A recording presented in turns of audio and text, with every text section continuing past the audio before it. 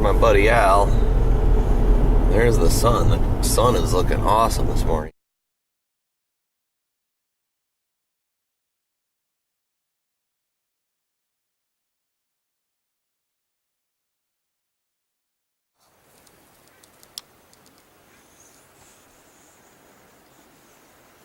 It's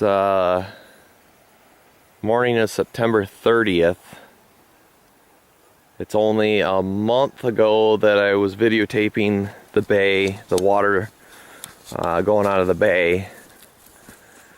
And I was pretty shocked this morning when I came down here.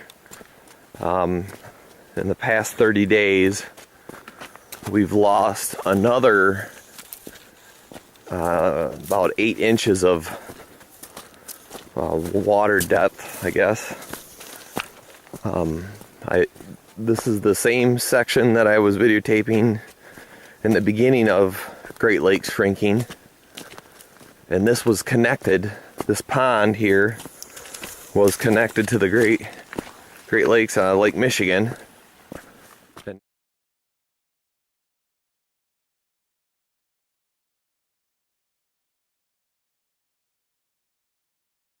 now this strip, my God, this strip is 50 feet wide now. That's how far the water has receded again.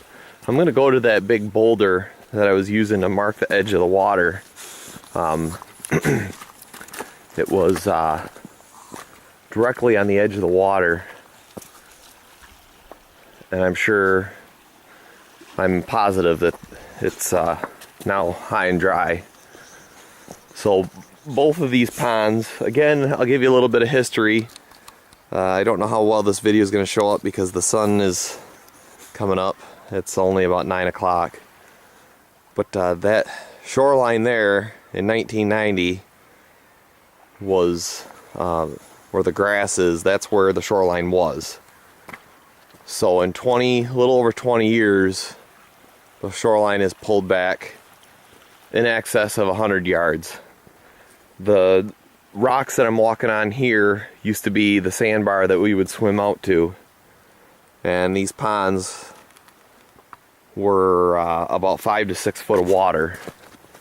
Now they're lucky if they're 2. So I'm gonna head over to where that big boulder was just to show you how far and how dramatic the water is draining out of the Great Lakes. That's the only way I can describe it. It's getting sucked out, drained out, something, I don't know, but it's so dramatic that people are starting to take notice and people are really getting worried. And I'm afraid this has only just begun. I got my dog out here somewhere, Alvin. He's out exploring. But the footage is going to be pretty interesting, that's for sure, to say the least. There you go, Bubs. You'll notice out here now more and more people are getting concerned about the water levels, that they build these little rock mounds to tell you where the level is. This is a fairly fresh rock mound here. This was an old one. And you'll see them all scattered all up and down the edge of the Great Lakes. Most of this area used to be sandy. In fact, you can even see in these pools the sand is still here. It's actually more of a silt now, but as the water recedes, it kind of takes the sand with it too. So it looks like you're on another planet here. It's just incredible. This whole area used to be underwater through here.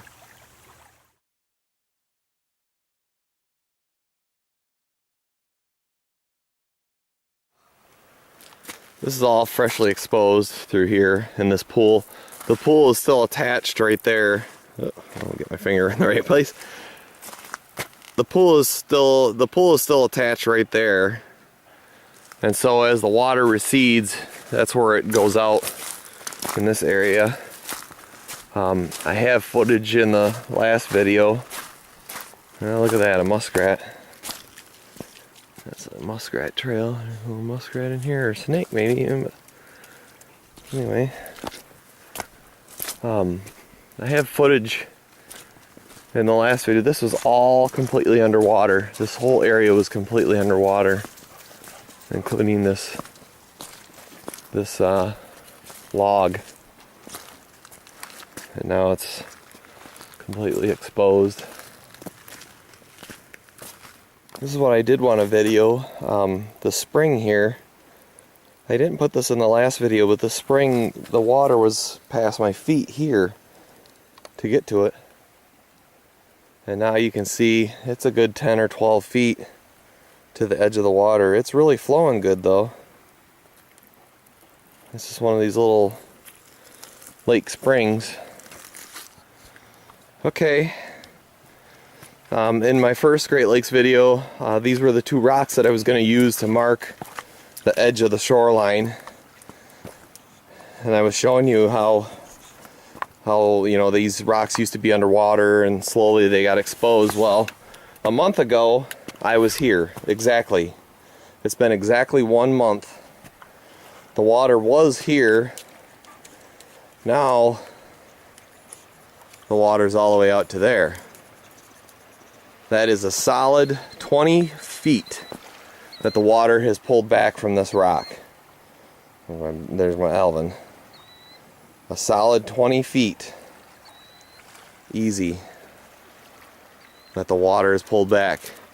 Now even more dramatic, I showed this little rock bar out here.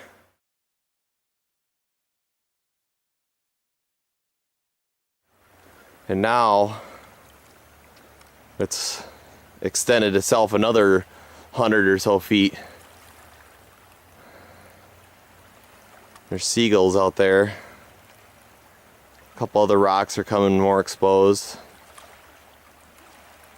But same on this side.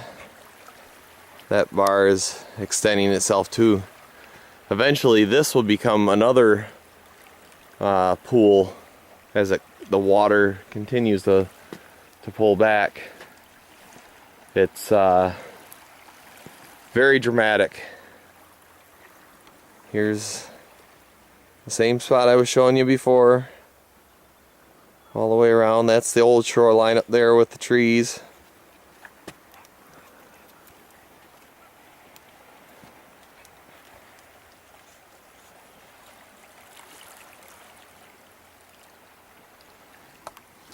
So if anybody can tell me where the water's going, I'd like to know, because this is pretty amazing to see this. Now, that island right there, that's Fisherman's Island.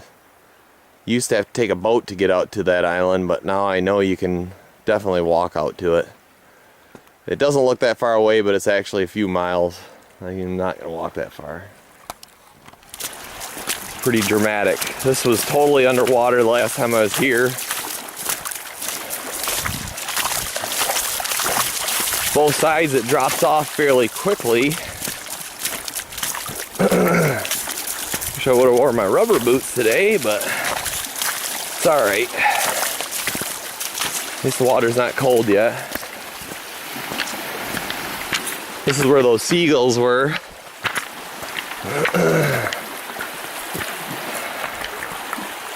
And boy, you're gonna be able to walk out here the way this water's going. Another month, you'll be able to walk out here. Now I can't see my viewfinder very well, but that's where those two boulders were. Somewhere along here. Let's see if I can find them.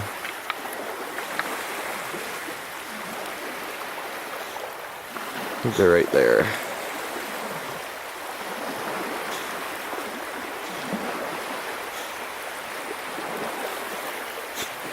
Yeah, that's where they're at.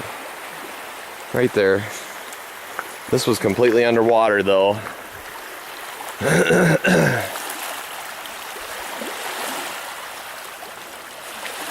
a little better shot of Fisherman's Island.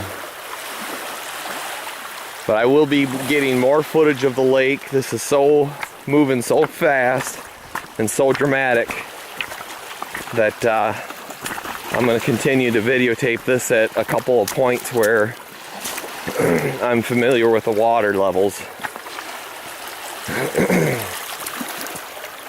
You can see right there it drops off really quick. That's about 4 or 5 foot of water. You almost have to come out here to go swimming. But, alright, I'm going to make my way back. This is Junkmaster J. See you guys later.